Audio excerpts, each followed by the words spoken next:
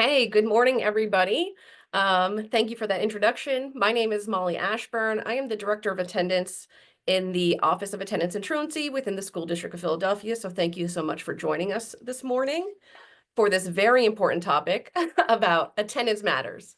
And so today we're going to be talking about how showing up every day supports your child's success. So some of the objectives that we want to go over today is we want together to learn how showing up every day supports your child's success. We are hoping for you to understand attendance policies and discover simple ways to build strong attendance habits at home.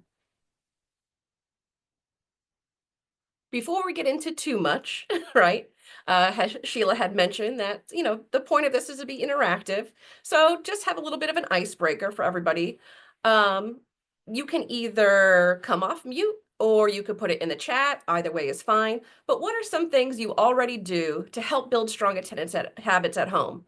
And that could be if it's your own child or if it's a friend, a relative, if you're provide service to families and communities. What are some things that you already do to help build strong attendance habits at home?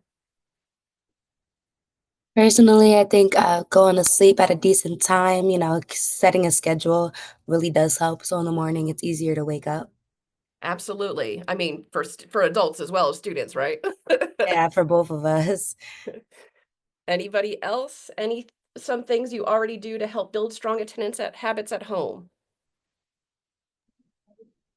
Veronica says in the chat that she's a case manager for a high school student and they created a SMART goal around attendance. Yeah, that's Veronica, would you mind unmuting and maybe telling us what a SMART goal is, just for those of us who are unaware?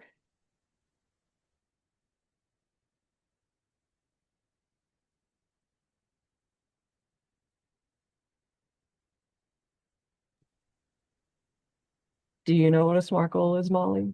I do. It's essentially when you put like a goal for a student that's achievable for them, right? So we want you to attend school 4 out of 5 days in a week or 19 out of 20 days in a month. And they put those goals in for students to try and make sure that they reach that goal. And then there's usually some reflection at the end to say whether they missed it or not and what they could do better, something like that.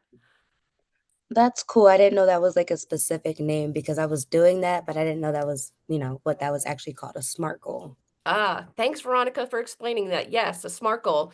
It's specific, it's measurable, it's achievable, relevant, and time bound.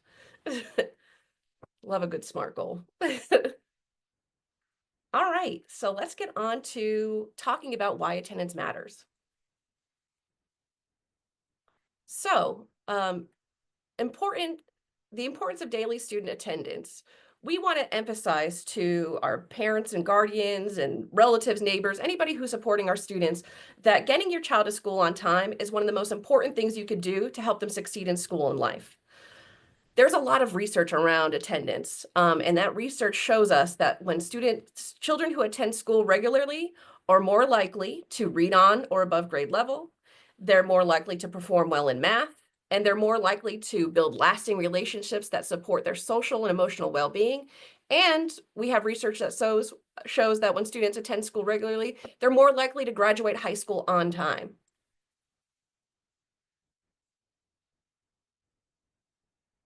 We know that attending school every day is a little bit even more than academics, right? So there are certain things that your child can get at school, such as opportunities for discovery, exploration, learning, achievement that they need to thrive.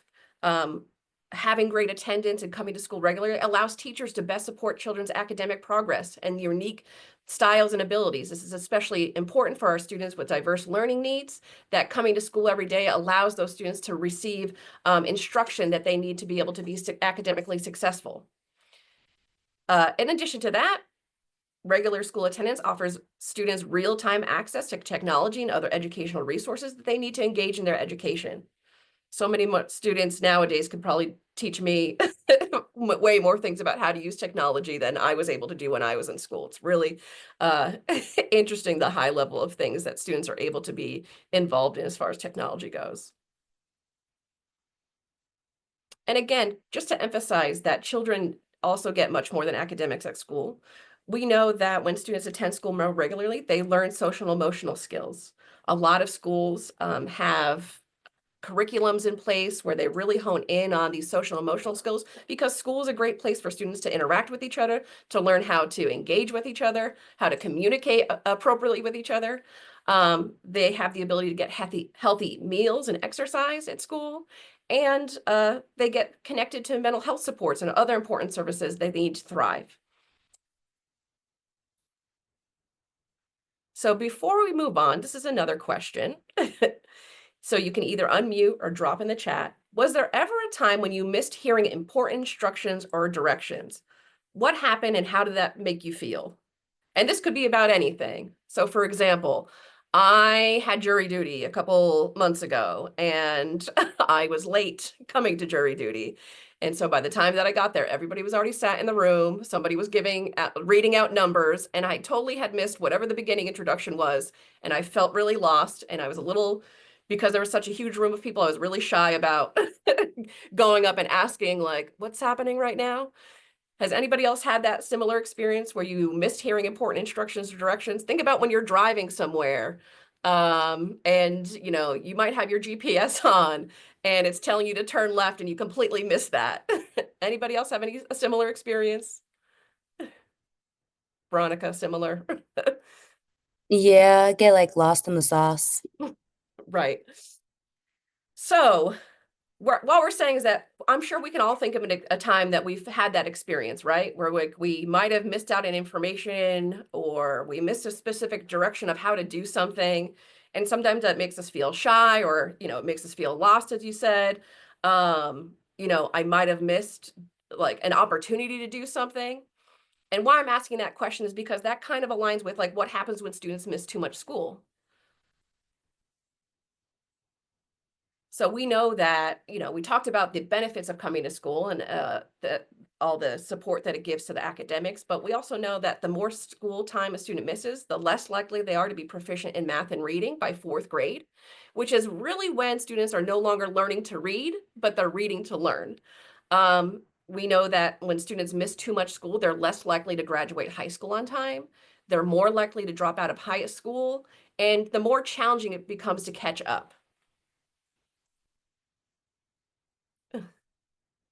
I'm reading the chat and saying, was this way the first time at airport? Yes, airports are a great example. Where am I going? Where's the gate, right? And so we know that frequent and extended absences make it challenging for teachers to help students maintain academic progress and social emotional development.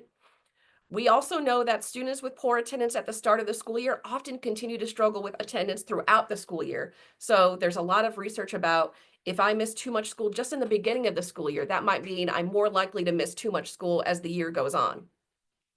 So kind of like we're talking about and giving those examples about how sometimes we might feel lost, or if we miss instructions or directions, we know that attending school regularly helps children feel better about the school and themselves, right? So we want to make sure that we are start to build this habit in kindergarten, so students learn right away that going to school on time every day is important, because eventually good attendance will be a skill that will help them succeed in high school and college. Especially for our older learners, we know that as children grow older and more independent, families still play a very key role in making sure students get to school every day. Okay, another question for the group is, when do you think absences impact a student's ability to do well in school? Is it A, when a student misses 2 days of school a month? Is it B, when a student misses 18 days or more in a school year? Or is it C, when a student missed 10% of the total days in the school year? When do you think absences impact a student's ability to do well in school? A, B, or C?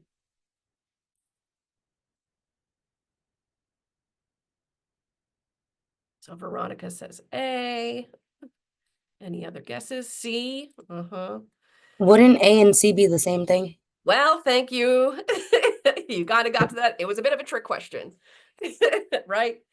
A student who misses 2 days a month will end up missing 18 or more days during the school year. And that equals missing 10% or more of the school year, which is kind of what we call chronic absenteeism. So you guessed it. So it's all essentially saying the same thing. It's all different ways of saying the same thing. A student missing too much school, whether we're talking about missing 2 days a month, 18 days in a school year, 10% of the school year. So I had just posted on my class dojo this morning, like a little flyer. So it had literally all that information, like missing 2 days, missing 4 days, and all the percentages. Ah, that's a great idea.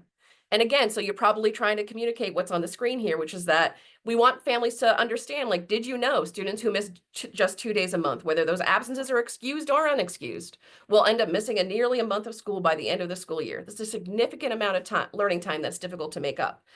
And sometimes when we're talking about, attendance as far as percentages go or days within the month, that can get a little confusing.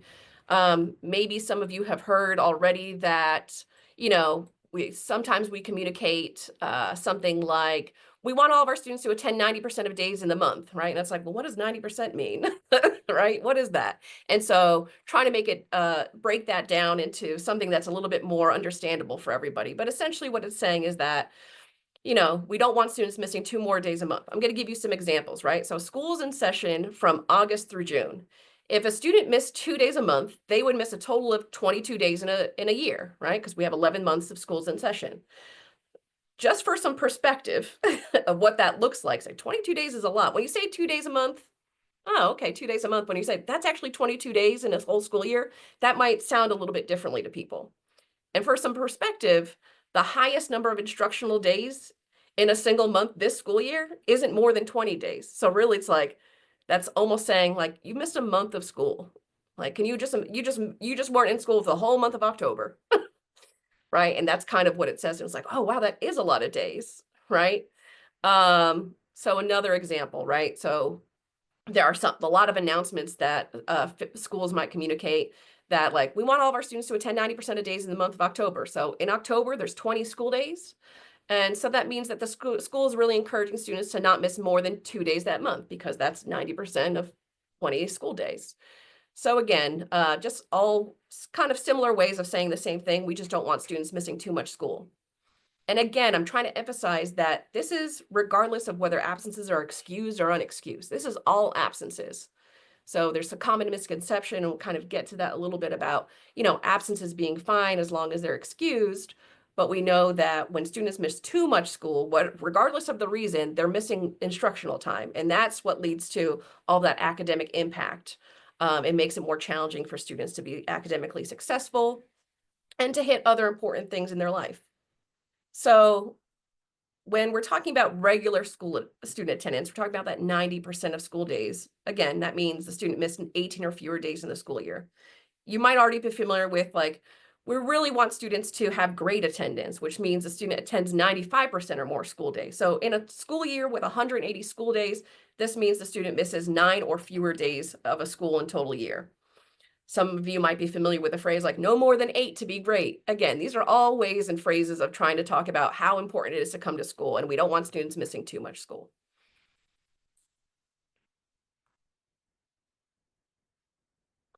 So the school district actually has their own research around some of this. So I say like research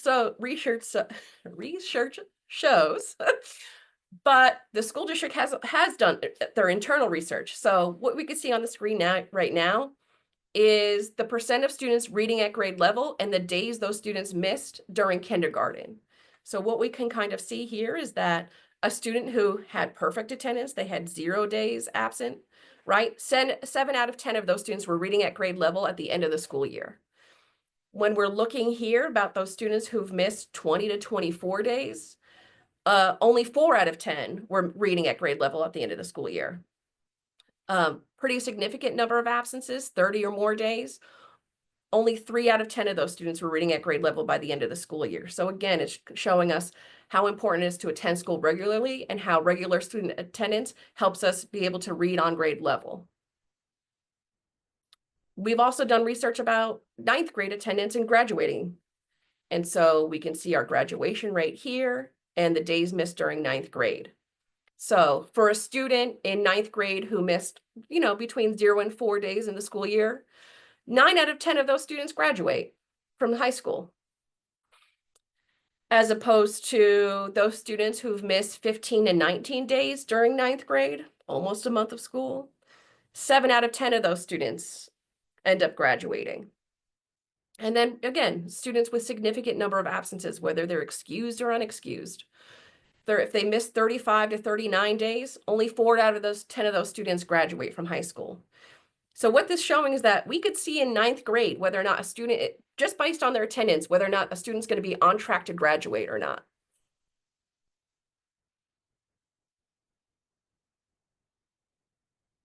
So one of the things that we want to clear up about absenteeism is like we want to kind of clear up some myths that we might have. So sometimes we hear a lot about attendance doesn't really matter in the early grades. It's like, okay, kindergarten. Well, we just kind of saw what, our data was about kindergarten being able to attend school regularly and grading on grade level. So that we know that students missing too much school in early grades can struggle academically, including learning how to read. Absences in early grades can build negative attendance habits. So again, going back to we want to start building good attendance habits early. We want to make sure that we are really emphasizing, especially in our K through third grades, how important attendance is. We don't want to wait until 6th grade, 7th grade, 8th grade, 9th grade. We want to help build those habits early and communicate to parents how important it is for early attendance and being able to read on grade level. Big common thing we hear a lot is like, only unexcused absences are a problem. But unexcused absences do lead to truancy, and we'll talk about what that means. But unexcused and excused absences all lead to missed learning opportunities. So again, we want to emphasize that it's not just unexcused absences that are an issue. Anytime a student is absent from school, even if it's for a legitimate reason, we want students to attend school as regularly as possible. Sometimes we hear that 1 or 2 absences here and there are okay. Absences only matter if they're in a row. So again, we've kind of talked about missing 1 or 2 days a month can quickly add up. If a student missed 2 days a month, they would end up missing more than 10% of the school year, which is considered when students are chronically absent. Coming to school late or getting out early is okay just because they showed up. Now, of course, we would rather if you had an appointment in the morning or appointment in the afternoon, we would rather, of course, you come to school at some part during the school day. But we have, students who come to late, they're still missing a lot of class instruction. So if they're coming to school 10 minutes late every day, that's 10 minutes of instruction in their first period that they're not getting, which could lead to, again, missed learning opportunities. We talked earlier about what happens if you miss instructions or directions. Imagine if you walked into class 10, 20, 30 minutes late after the teacher already provided instruction or gave a lesson, and you're kind of sitting there feeling lost or shy, like some of you said. It's going to be hard. Those students might not speak up and say that they need help. So that's another big thing we want to communicate about, how latenesses can impact academic success as well.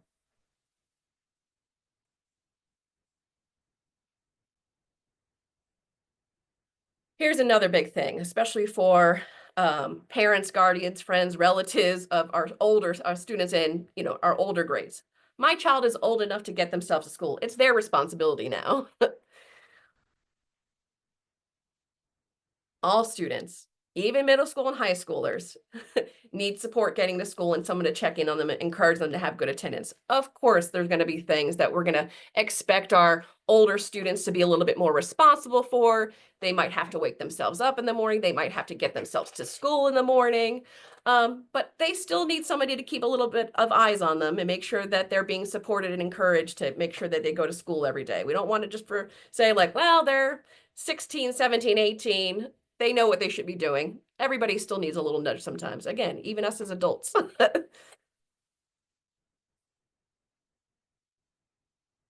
So, talked a lot about why attendance matters, what happens when we miss too much school, talked about some misconceptions we might have about attendance. And so now we want to transition to talking about building strong attendance habits at home. We have a little bit happening in the chat, by the way. Oh, okay. Yes. Yeah. Veronica, who is a case manager, shared that one of her students needs like a little extra cushion to get to school.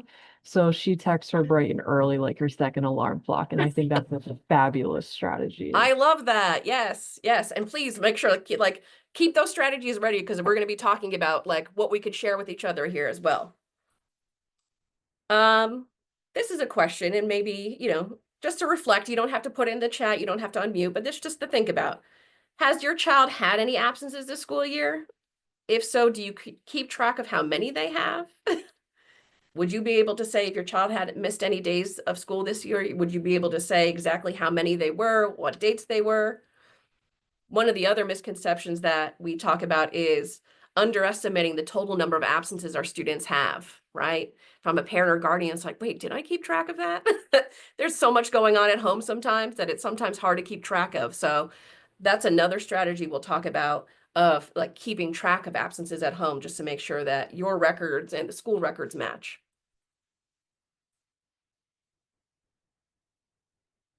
Talks.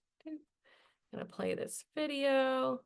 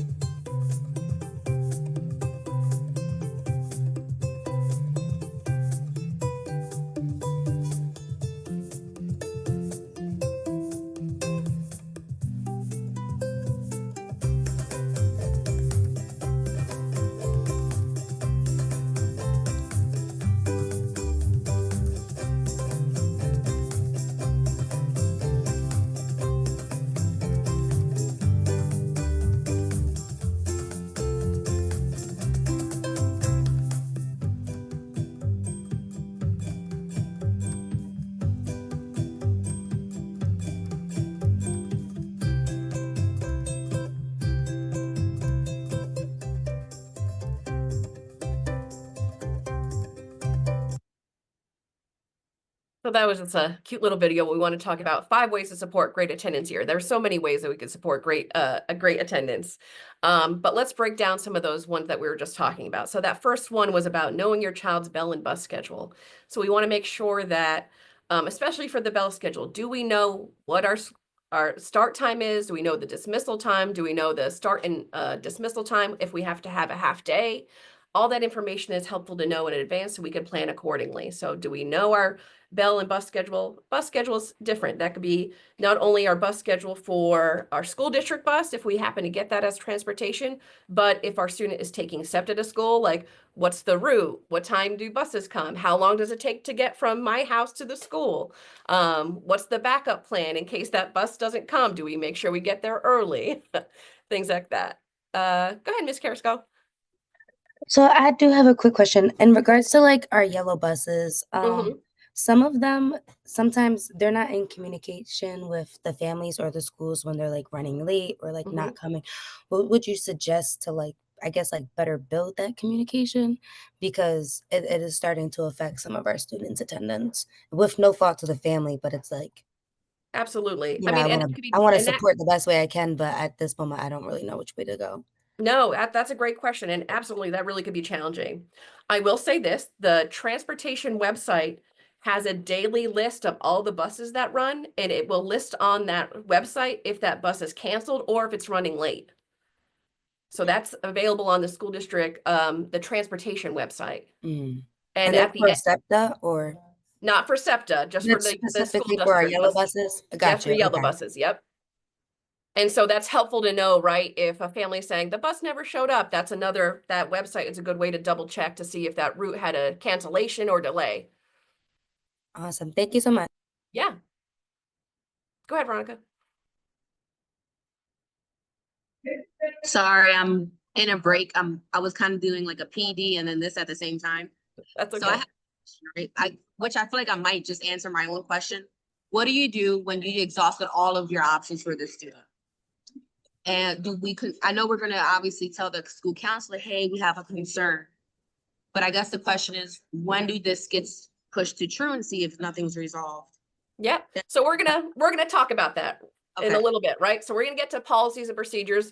Right now, we're focusing on just like those habits that could build at home, and then we'll talk about like policies that like the more, specific district policies and procedure stuff. So just hang tight for that.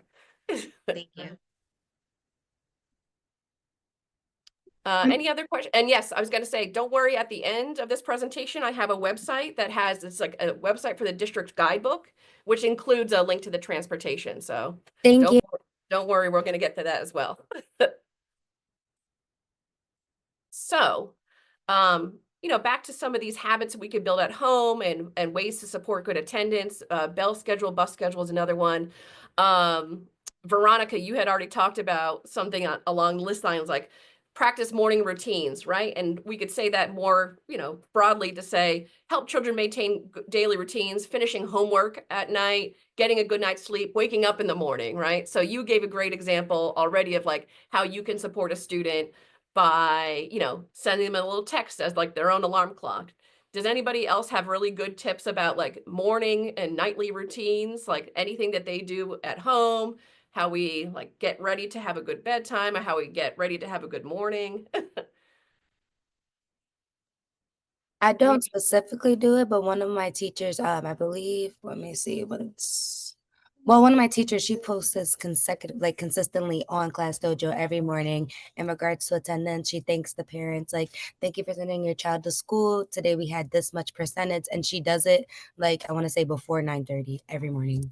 Oh, right. A little daily reminder, right? And that's just that nudge about, oh, today's gonna get that attendance reminder from our teacher, right? Staying on top of it to make sure we talk And they about how have one of the best attendance like percentages in the school, so I really think that does work. definitely, absolutely. And that goes with building good relationships as well, I bet. What about how can we think that, like, how can we give examples of like celebrating attendance at home, right? So there's in a lot of our schools, we celebrate attendance at school, right? We recognize kids for good and improved attendance, but what are some ways parents could do that at home? So one thing we do here at the Elect program, we have something called incentives. So we give them baby bucks. It's a play dollar that you could use here at the school district in our baby room and use it as actual real money to get bottles, wipes, even hygiene packets for the student. So we say the more you go to attendance, you get incentives. That's like 8 baby bucks. You could use that at the school district baby boutique. And they take home a lot of good stuff. Deodorants, wipes, pads, Pampers. That's great. That's a really nice resource to have. Yeah.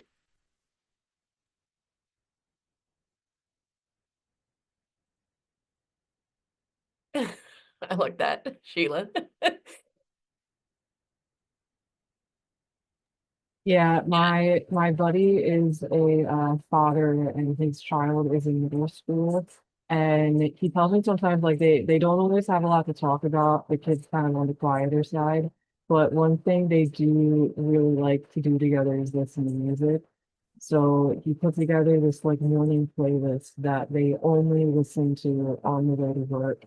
And he puts like all of the like OG rappers that he really likes on it, and him and his kid are like slowly getting through that genre of music together. And it's something that his kid really likes because it's like exciting. And because they only do it in the morning on the way to school, it's like an extra low key incentive for them to like get up and get going and like have time to do it on the way to school. Absolutely right. Like those little things you stay for home, like parents could do that. The way that schools do that, the way that Veronica was talking about doing that, parents could do that at home. If you go to school every day this week, we could do this on the weekend or something to that effect. There's little, sometimes if people are familiar with like how behavior charts work, like if you do all your chores this week, you can earn this thing. Same thing, if we get to school every day on time, if you make sure in the morning that all of you, you're dressed, your shoes are on, you're ready out the door by the time we need to go, we could do this thing. And there's ways that we can, encourage parents to do that at home just as well as we do it in schools. The other thing about that is like setting the tone, right? What I mean by setting the tone is like, let, your students know that you care about school, and because when you're excited about them going to school, they will get excited about it, right? So, that's make sure that we're saying how important it is. We want them to go. We're not allowing them to like stay home for no reason. We're not saying like, well, it's your birthday, so don't worry about going to school. We don't want to encourage those kind of habits. We want to make sure that we're setting the tone of like, this is what we do in our house. We go to school every day, unless again, there's something that we're sick or some other serious reason why we can't go to school.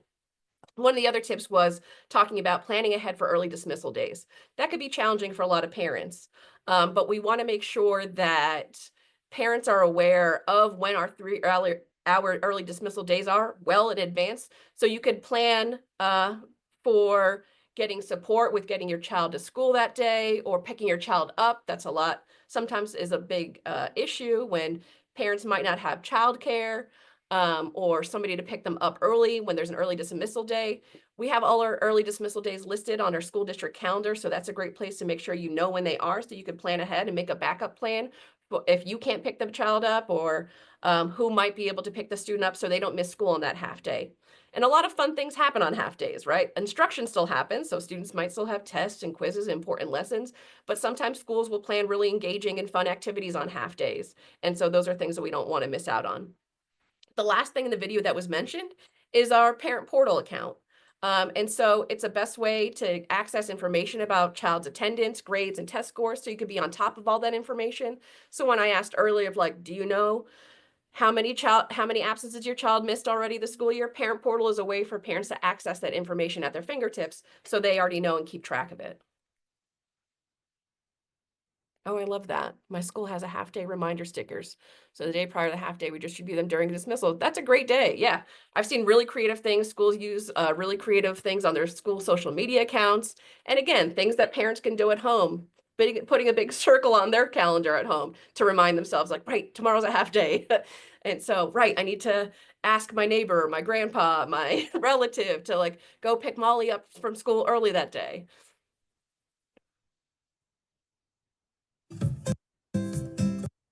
And of course, oops, sorry, everybody. So those 5 ways aren't an exhaustive list of things that can go at home. Here's some other things, right, that we want to communicate.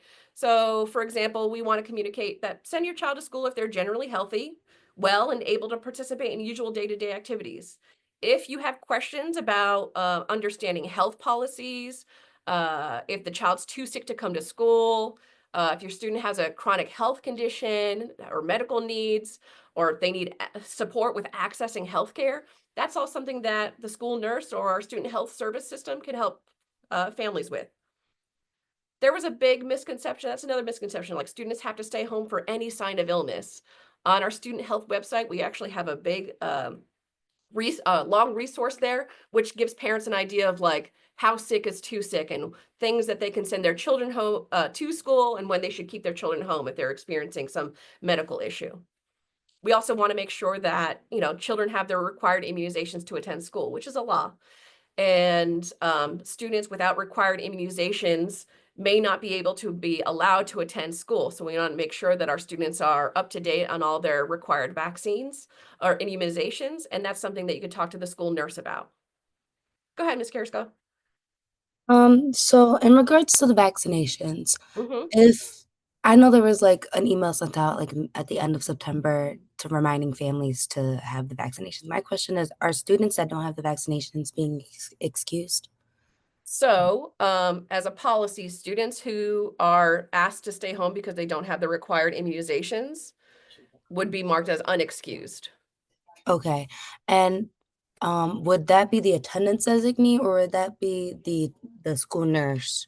Well, the school nurse is usually the person who's communicating to the parent or guardian that their child is not in compliance. Okay. Okay. Yes. Another thing that we want to get our parents and guardians in the habit of doing is reviewing our school calendar, right? We want to ask as much as possible that you plan appointments and vacations outside of school hours. We understand that there's some, doctor's appointments or dentist appointments that cannot be scheduled outside of school hours. We just ask that as much as possible, they get scheduled maybe right in the beginning of the morning or right near the end of the day, so we can at least come to school for some part of the day. And definitely as far as family vacations go, we really encourage families to take vacations. We know how important it is to connect with relatives and friends and have these experiences, but we ask that you do that outside of school time. Weekends, during school breaks, during the summertime. That way, when school is in session, your child is in school and not missing out on valuable instruction time. The other thing that we want to communicate is, make sure that you provide the school updated contact information. So if you moved, if you have a new phone number, if your emergency contacts have changed, make sure that the child's school knows that correct information so they know how to get a hold of you in case of any emergency or to talk to you about important information like attendance. Um, and that way they can also contact you in case of emergency. So make sure that you stay up to date. Some other things when we talk about, even for older students, um, having parents or guardians stay on top of like their children's friends and social contacts, right? Sometimes our older students experience peer pressure, which could lead to skipping school. um, or students who, might not have a lot of social contacts feel isolated and don't want to go to school. So encouraging students to join meaningful activities at school, whether it's an after school club, a sport, something like that. Keeping an eye on students and recognizing signs of like if they're anxious or anxiety, and maybe that means you just need to connect with the school counselor or the student's nurse to talk about support that they might need. Because sometimes there are things like, I don't know if anybody else has experienced this, but I have it. It's like sometimes when I get really nervous about something, I'll have a stomach ache, right? And so it's just like, I don't want to go to school today. I have a stomach ache. I don't want to go to school today. I have a stomach ache. And it's not really the stomach ache, right? It's something else underneath that's making me anxious about going to school. And we want to make sure that we notice those signs right away and get students connected to correct, resources and supports for that. Go ahead, Sheila. Yeah, circling back really quick to the updating contact information, I just want to voice that sometimes I've worked with families who maybe their phone number switches a lot because they change carriers often, or they have a lot of like shifting family stuff. So maybe the emergency contact changes kind of often. And they have like told me before, like, yeah, like I don't really want to tell the school every time I have a new phone number or something because I don't want them to like judge me. And I just want to say that you do not need to fear that. If you are a family that does have a lot of phone number changes, nobody is going to judge you for it. In fact, the school secretary is probably going to be thrilled that you're telling them that the phone number changes. So please do not hesitate to let us know when you have changing information. Nobody's going to judge you. Thank you. Yes. Very important to make sure you have updated contact information. So we know that there could be a lot of reasons students may miss school that families can't easily tackle alone. So everybody here, you can either unmute or drop in the chat. What are some ways families can help other families with getting students to school? We want to make sure we kind of lean on, friends, neighbors, relatives. What are some creative ways that families can help other families getting students to school? Carpool, yes. Walking together. There's this great resource they call a walking school bus. So it is like usually a collection of parents in a school community that designate themselves to stand on certain corners, right? In the neighborhood so that, there's one parent.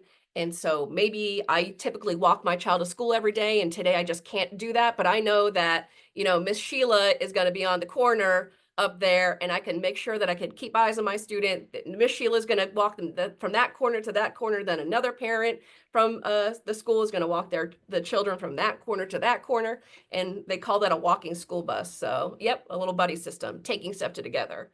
Any other ways that we can help other families getting students to school? Resources that you might know of, housing, childcare, phone tree.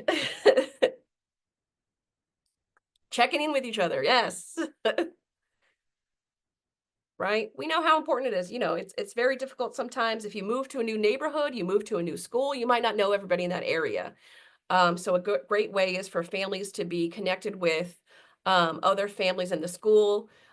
There to be like maybe a list on file to volunteer to be that person that is like, hey, if there's any first graders and a parent says that, any parents of first graders that say that they need, support with getting their child to school, like, I have to walk the same way to school, so I don't mind, coming to pick up. Right, offering SEPTA passes to supporting with transportation, the SEPTA passes, those key cards. These are all great ways. So we want to make sure that, like, in addition to the school, helping students with helping families getting children to school on time. We want to also build that, capacity for families to help other families.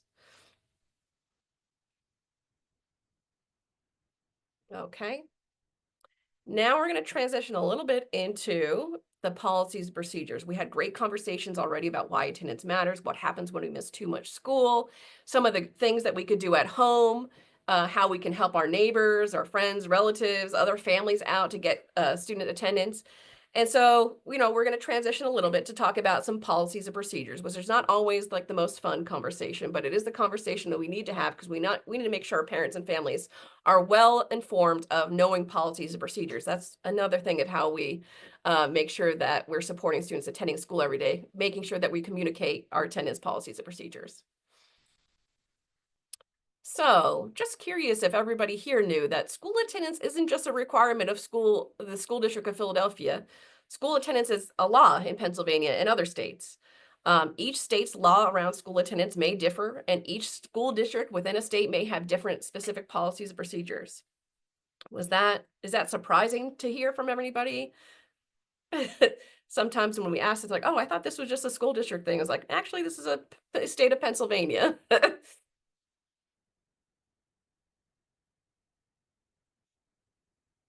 So here's an overview of attendance. So you're going to hear me talk a lot about compulsory school attendance. The word compulsory just means it's required by law.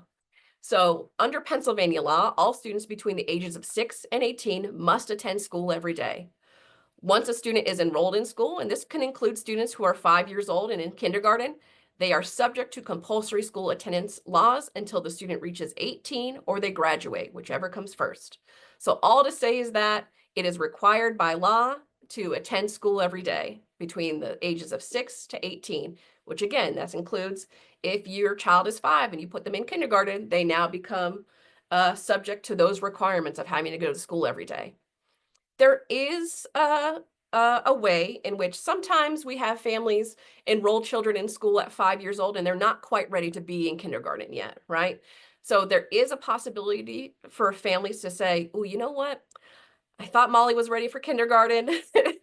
I don't think she's ready. I'm going to withdraw Molly from kindergarten. We're going to wait until she turns 6 to enroll her in kindergarten next year. And that's okay. So parents are able to do that. Folks here might be familiar with the word truancy, so I'm going to explain what that means as far as what truancy is also a law in Pennsylvania, and it means having 3 or more unexcused absences during the current school year by a student subject to compulsory school attendance, which means they are required to attend school based on that law I just talked about. So they're between the ages of 6 to 18, or they're enrolled in kindergarten at age 5. That means that they have to come to school, and if they miss 3 or more unexcused absence days, and those days are unexcused, they're truant. Pennsylvania also defines students who miss 6 or more unexcused days as habitually truant. In the school district of Philadelphia, we have our own term when students have 10 or more unexcused absences, and that means their students are chronically truant. So those are just some terms and definitions you might be familiar with. Students in the school district of Philadelphia who are compulsory age, we don't just withdraw them for non-attendance. We withdraw students if they move, we have documentation that they moved or they went to no school. But if a student is between the ages of 6 and 18 and they stop coming to school, our process and protocol isn't that we just withdraw them from school. We follow our response to truancy protocol, which I'm going to get into a little bit further down. So students who are 18 years of age and older, so they are beyond the compulsory age for school. So they are no longer subject to compulsory school attendance. That means that they wouldn't be considered truant as well because they're 18 years and older. But what happens that if a student who's 18 years of older and stops attending school, they may be withdrawn from school for non-attendance. Before that happens, we would ask our schools to provide all efforts to reach out to the student, to engage them, to see if they might be alternative options that they might be interested in that can better suit them. But students who are 18 years and older and stop attending school, they could possibly be withdrawn from school, which would be unfortunate because we want to make sure that our students are graduating and getting that opportunity to not have to have dropped out of high school. So I talked about unexcused absence already, so let me talk about the definition between those. An excused absence is when a student is absent from school for a reason identified by the district as legitimate, valid, and reasonable. There are a number of conditions or situations which constitute reasonable causes of absence from school, as outlined in the district's attendance policy. Some of these events have their own conditions that need to be met in order for the absence to be excused. So again, something that you might not have known is that Pennsylvania law dictates reasonable causes of absence from school. Pennsylvania's Department of Education gives additional further guidance to school districts, and then school districts, based on the law and the guidance from the Department of Education, creates their own policies, which identifies what are reasons why a student might be able to be excused absent from school. An absence is considered unlawful or unexcused when a note from the parent or guardian or from the healthcare provider wasn't provided to the student within the required time frame, and we'll talk about what that time frame is, or the reason provided in the note by the parent or guardian was not a valid reason. It didn't meet the conditions or situations outlined in our district's attendance policy. Some examples would be, if I'm babysitting, if I, like for another student, if I am waking up late and I just don't go to school, if my family goes on a vacation, those are reasons that we would deem unexcused. So talk about like, well, what is excused? Here's some more information about what are reasonable causes of absence from school. So that would be obtaining health care or therapy, and there's certain requirements around that as well. Illness, and that includes if the student is sent home from school from they're sent home by the school nurse or another designee at the school if they're sick during school hours. Required court appearances would be identified as reasonable cause for absence from school. A death in the family, educational tour trip, and that has specific conditions around it as well. Observance of a religious holiday observed by a bona fide religious group, again, which requires prior written request from the parent. An out-of-school suspension is technically an excused absence. If the school is saying your child can't come to school for some behavioral reason, that would be an excused absence. A family emergency, which is defined as an unexpected serious event that is outside of the control of the student's family. So that would require this family to submit a note to the school to discuss what that emergency is, so school staff can evaluate it and determine if that reason constitutes a family emergency. I have a quick question.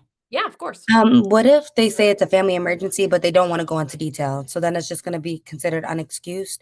That would be unexcused. And that's why it's like, we would hope that we can explain to the parent of like, we're not, and again, there might be reasons. Like, I'm not against you. However, we do need like official documentation. Yeah, and that goes into like how we communicate with families, right? Because there might be a lot of things going on with a family that they don't want to disclose the reason for. And if you're kind of approaching it with empathy and compassion and concern rather than just like, give me the note, No, totally understand. Yeah, yes. Yeah. Yep. You might have a better look at like communicating of like, listen, I understand this is going on, but and also sometimes you might have resources depending on what the emergency is. It's like, actually, like, I'm so sorry your family's dealing with that. We actually have some important resources that might help you during this time as well. Some more policy and procedure information about that parental note of absence. So all absences require parents to send in notes. So anytime your child is absent from school, sending in a note to say, this is why my child was absent. There's a time frame in which notes have to be provided, which is within 3 days of the student's return from the school. So if I was absent today, my parent or guardian would need to send in an excuse note to the school within 3 days for the school to be able to consider whether it's excused or not. Sometimes if I don't hand in that excuse note, then that absence may remain unexcused. That excuse note should include the student's name, the dates of the absence, a valid telephone number so the school can reach out to you for any questions or concerns. When students have 3 or more consecutive days out, so 3 days in a row, if they're out for illness, then that would require a written note from a licensed healthcare provider. So, parents can provide written absent notes, and then sometimes you'll have a doctor's appointment or a medical appointment. Parents can also hand in notes that they're given by the doctor or medical provider as well. We do have another policy that is a little bit tricky, so I'm going to say it maybe a couple different ways. So, the Department of Education in Pennsylvania says like school districts have to identify like the maximum number of absences they'll excuse in a year. Right? So the School District of Philadelphia took that guidance from the Department of Education and identified that we would be able to excuse 8 days of absence that were due to illness before we might require the student, parent, or guardian to provide us with doctor's notes. So I'll say it again. So when a student has been absent due to illness, and the parent provides a note, please excuse Molly for she was sick today. Please excuse Molly, she was sick today. We'll excuse parent notes like to cover 8 days of absences due to illness. But all other absences beyond those 8 days might require an excuse note that's directly from the healthcare provider. There's differences, of course, when a student has an identified medical condition, where if the school is already aware that the student has a chronic medical condition that might mean they are absent from others, that might mean that they don't have to require that note from the healthcare provider because the school nurse is already well aware of the fact that the student has a medical condition that might mean they're absent more frequently than others.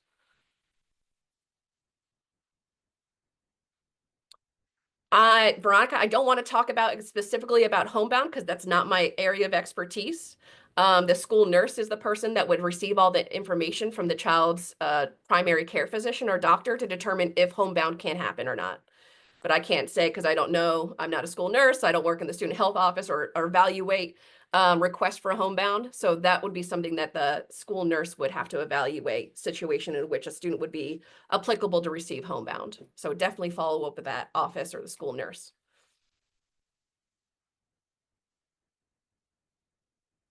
Very quickly with the time we have left, I want to talk about the district's response to truancy. So again, truancy is something that is when a student has 3 or more unexcused absences from school, and they are of compulsory school age, which means they're between the ages of 6 to 18, or they could be kindergartners who are age 5.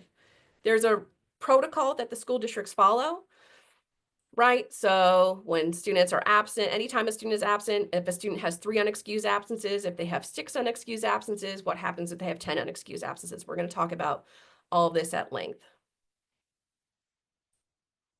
So anytime a student is absent from school, provided we have that updated contact information and a parent has identified that they want to receive attendance-related messages through our messenger, then there's robocalls that go out every day, right? So that's one way that parents could be identified when their student has an absence from school, is receiving that robo message, which could be from via email. They can get sent to them by email, by phone, or by text. And all that is determined by, like, parents can set up messenger preferences.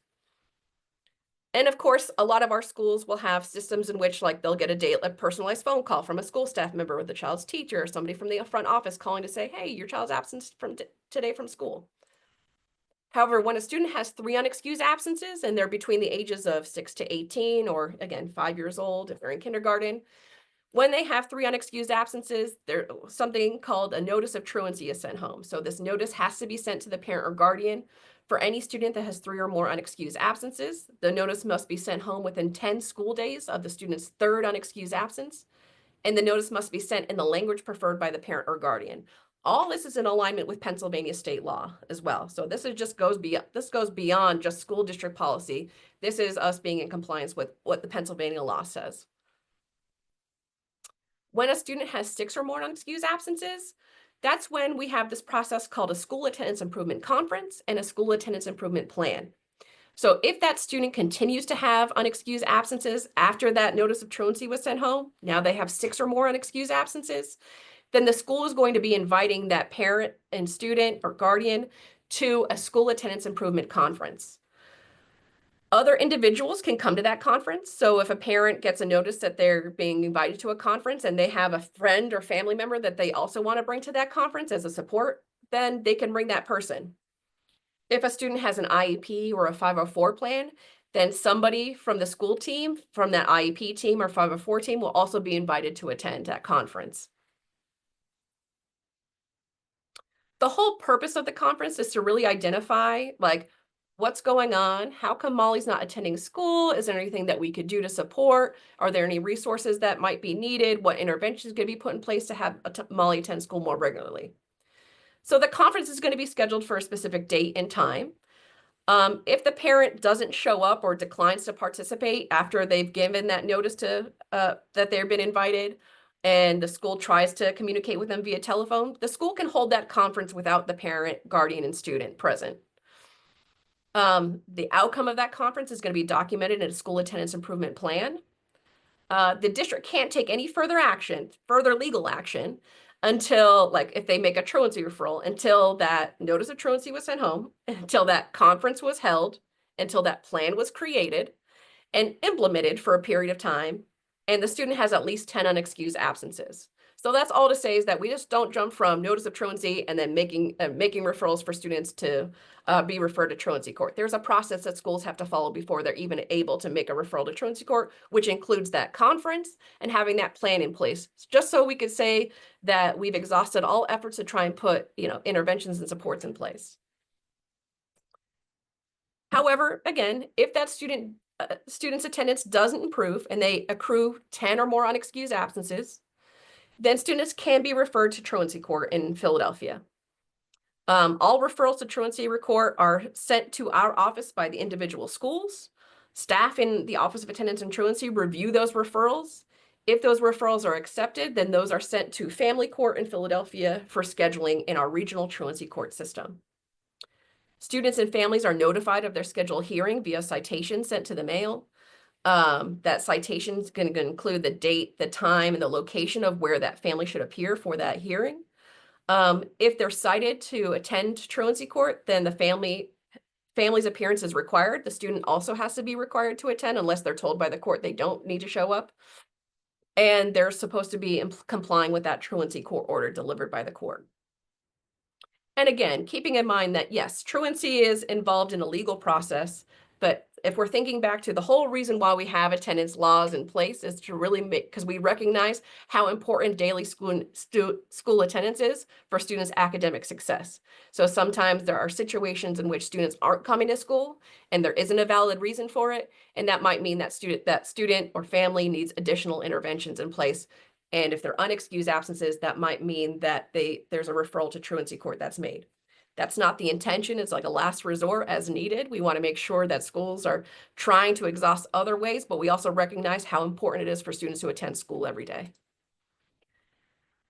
I know I have only a few minutes, so I'll take like one question now and then get through the rest of the slides, if that's okay. I'll say really quick, I put some links in the chat. Oh, thanks, For Sheila. those of you who were asking earlier about how to check about the yellow buses to see if they're delayed or running behind, I put the link in the chat. You can click either AM or PM, and then all of the buses in the district should show up. And you can use that on your phone to keep track in the morning of if the bus is coming on time. Thanks, Sheila. So very quickly before we wrap up today, I want to talk about some resources for families. So one is it's a family attendance toolkit that we have. So on our office's website, we have something called the Family Attendance Toolkit. We worked with the Free Library of Philadelphia. And it includes like messaging about how important school attendance is. When I was talking about a chart that families could use at home to keep track of when their student was absent, that's included in that toolkit. A daily routine reminder is in there as well. There's even like an attendance certificate that could be utilized for parents to like give their children a certificate for having good attendance. So all that could be found in that attendance toolkit. We definitely encourage not only our families to use it, but our school staff to use it, especially for our students in grades K-3, because we know how important that is for early learning. Our Office of Attendance and Truancy, right? The Attendance and Truancy website has all information about policies, procedures, expectations, what's excused, unexcused, information that parents can go to get clarity on policies, district's policies, procedures. We definitely recommend that families follow up with the school that their child's enrolled in for more specific information, like who do I give this absent note to? Every school might have their own particular person or system in which they receive absent notes, so that's something that should be given right to the school your child attends. But if you're just wondering about policies and procedures and you have clarifying questions, you can find that information on our office's website in addition to other resources about how important school attendance is. Very last, and this is a great catch-all book, is a guidebook for, it's like a one-stop reference for essential information for school district families. So academic programs, health and safety protocols, extracurricular activities, enrichment programs, family resources, multilingual support, graduation requirements, that information about transportation can all be found on that district guidebook, and it's a great resource for families to visit often, and also our school district staff to reference as well. All right, very lastly, it's 11:01 on the button. So what's one idea from today that you're going to take and share with another parent, family member, or friend, or even colleague? We have some school district staff members on here as well. So what's an idea from today that you want to take away with you and share with another parent, family member, or friend? Is it a fact about how important attendance is? Is it about one of those ways you could build strong attendance habits at home? Is it something about a policy or procedure that you didn't know already? What's one thing that you might want to take away from today and share with somebody else? I really like the fact about if your student misses only 2 days a month, then that adds up to missing one entire month for the school year. I Yeah. think that sometimes when you're in like the thick of it in the school year, 2 days just doesn't feel like a lot. Like, but it really can be. And I also love the idea of having students travel together in the school, because I think having like that camaraderie, that like friendship and connection could be helpful for both the families and the students. Absolutely. Thanks, Sheila. Somebody else in the chat said the attendance percentage reminder to parents from the teachers. I love that idea. So teachers are trusted messengers, right? They want to hear that information from their school teachers. They want to build that community. Keep communication open to parents and guardians. Absolutely. We want to ask parents to check and update the ways they get notifications that the student was absent. Again, that goes back to having that updated contact information, right? And yep, there are ways in which you can receive that notification, provided we have all your up-to-date contact information, and it's selected as an option that you want to receive those messages, because parents can say, no, I don't want to receive them. But if they're checked on, then they get those robocalls or those robo messages. Any other ideas from today that you want to take away and share? Once, twice. Well, again, thank you so much. I know I'm 3 minutes over. Sorry about that, everybody. But I just want to thank everybody for coming to this presentation, learning about how important student attendance is, getting some ideas about, policies, procedures, how to communicate the importance of school attendance to somebody else, learning about why attendance is so important, how it impacts us, how it impacts us academically, socially, how it leads whether or not we attend school can lead to whether or not we can read on grade level, whether or not we graduate from high school on time, policies and procedures. And then again, how do we build a good community amongst, parents, family members, friends, neighbors, relatives, our school communities in general, about how we can all work together to support students attending school every day, because it really takes everybody to support this, right? So thank you so much. If you have any questions about policies, procedures, anything attendance and truancy related, you can always call us at 215-400-4830. We are option 1 in that phone tree. And again, check out our website, which is philasd.org/attend today. Thank you so much, everybody. Appreciate it.